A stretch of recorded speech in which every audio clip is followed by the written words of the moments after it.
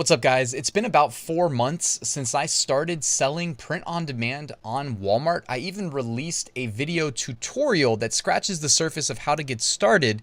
I'll link to that right here in the YouTube cards as well as in the description in case you missed that video. Now, I like to be honest and show you guys that not only can you really build passive income selling print on demand online, but I like to just be transparent about how my sales are. In this case, I'm going to give you a sales update about Walmart, and I'm not going to be embarrassed if my sales aren't that high because I'd rather just keep it real, right? So my Walmart sales to date, and it's been 4 months since I dropped the video. So let's just say it's been 5 months since I started selling on Walmart. I made 7 sales so far. Okay, 7 is not that great, but it's also better than nothing. If I'm making about $10 profit per sale, which I do price my products up quite a bit, and I'm using the direct Printify integration, so you can actually use awkward styles through Printify, or if you missed my video where I showed how you can use Shopify and said commerce, you can actually push awkward styles products to Amazon Seller Central. Well, you can do the same for Walmart. I'll also link to that video in the description because it allows you basically to push all your products to Shopify and then push them to any major e-commerce website like Amazon, eBay, Etsy, you name it, they've got an integration for it. So the said commerce app is pretty cool. But what I wanted to tell you basically is that 5 months, 7 sales, keeping in mind that when you start, you've got really no products listed for sale on Walmart. Now, I've seen some other videos out there talking about that you can do imports into Walmart and, just instantly go from like 0 products to, hundreds or thousands.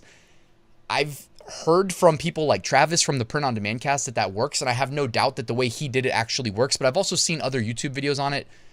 People have sent them to me, and the other kind of methods that people have talked about doing to get all your listings instantly created on Walmart, I'm not a fan of going that route. And I even had the people that sent me the video say, hey, it didn't work for me, here's why. So honestly, the way I like to do it is I just sit here. You guys know, I mean, if you believe me, which you should, I'm a computer nerd. I've honestly been a computer nerd since I was 13 when I first played computer games, and I've been kind of addicted ever since.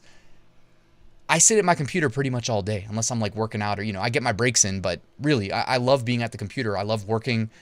That's that, you know what I mean? So I sit here and I push products throughout the day. I don't know how many people that watch my video from 4 months ago have sat there and been as diligent and as consistent as I have to push as many products to Walmart as I have, but I really haven't taken a day off unless I was on, vacation or something, or if it's like Christmas. So I've got a huge catalog of products now on Walmart, and I anticipate my sales to increase over time.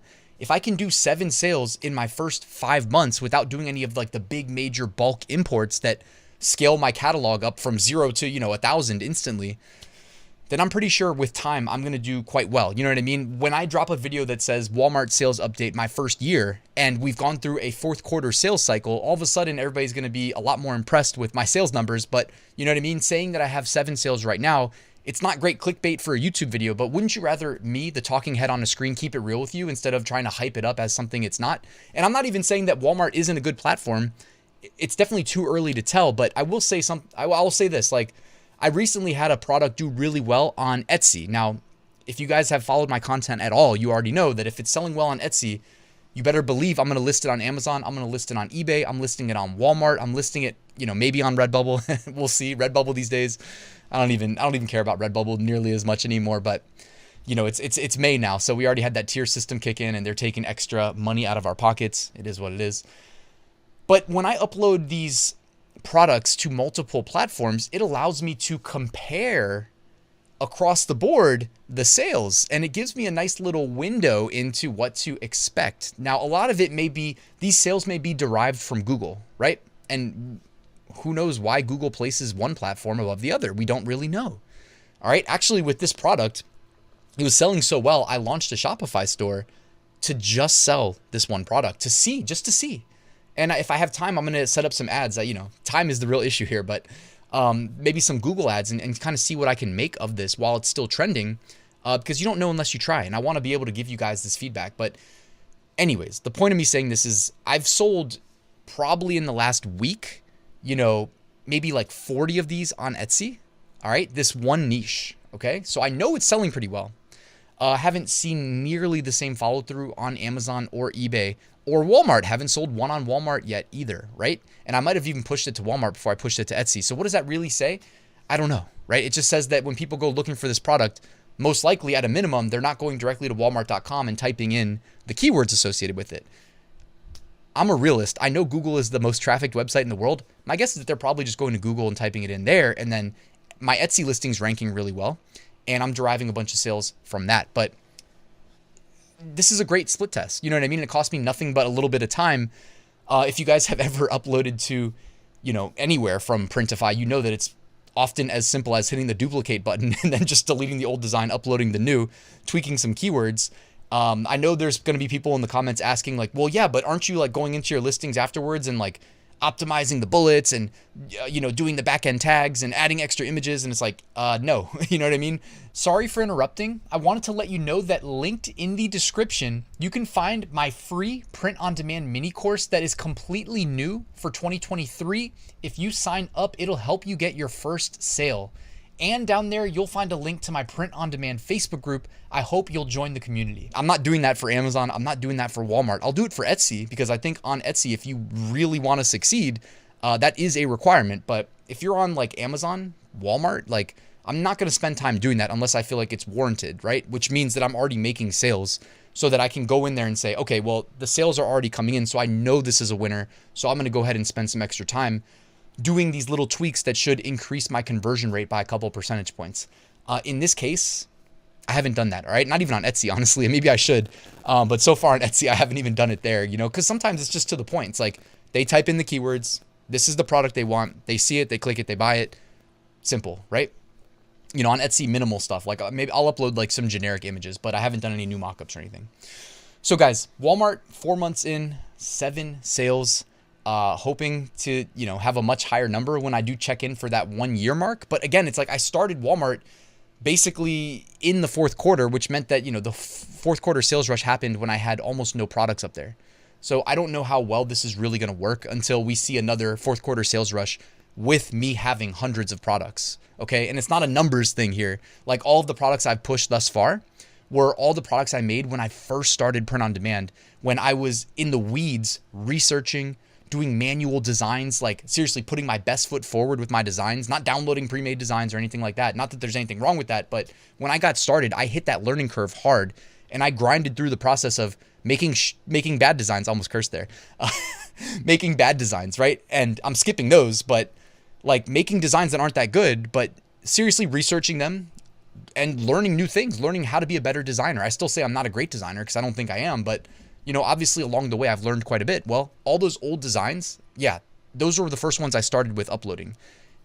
As soon as I finish uploading them, which I literally have like 1 day to go and I'm pretty much done, then I'll move into my scaled out designs, you know what I mean? And I'll start uploading those to Walmart.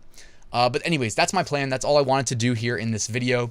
Hopefully the sales pick up. I haven't experimented with Walmart ads. By the way, my girlfriend, Marielle, she does Walmart, but she does the Walmart fulfillment services, which is like their equivalent of FBA.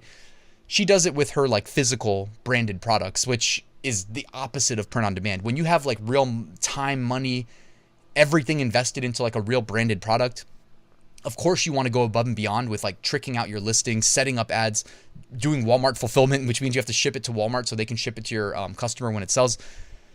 I'm just doing print on demand for now. So I'm not like really even in Walmart that much. Like their seller center, I know my way around it.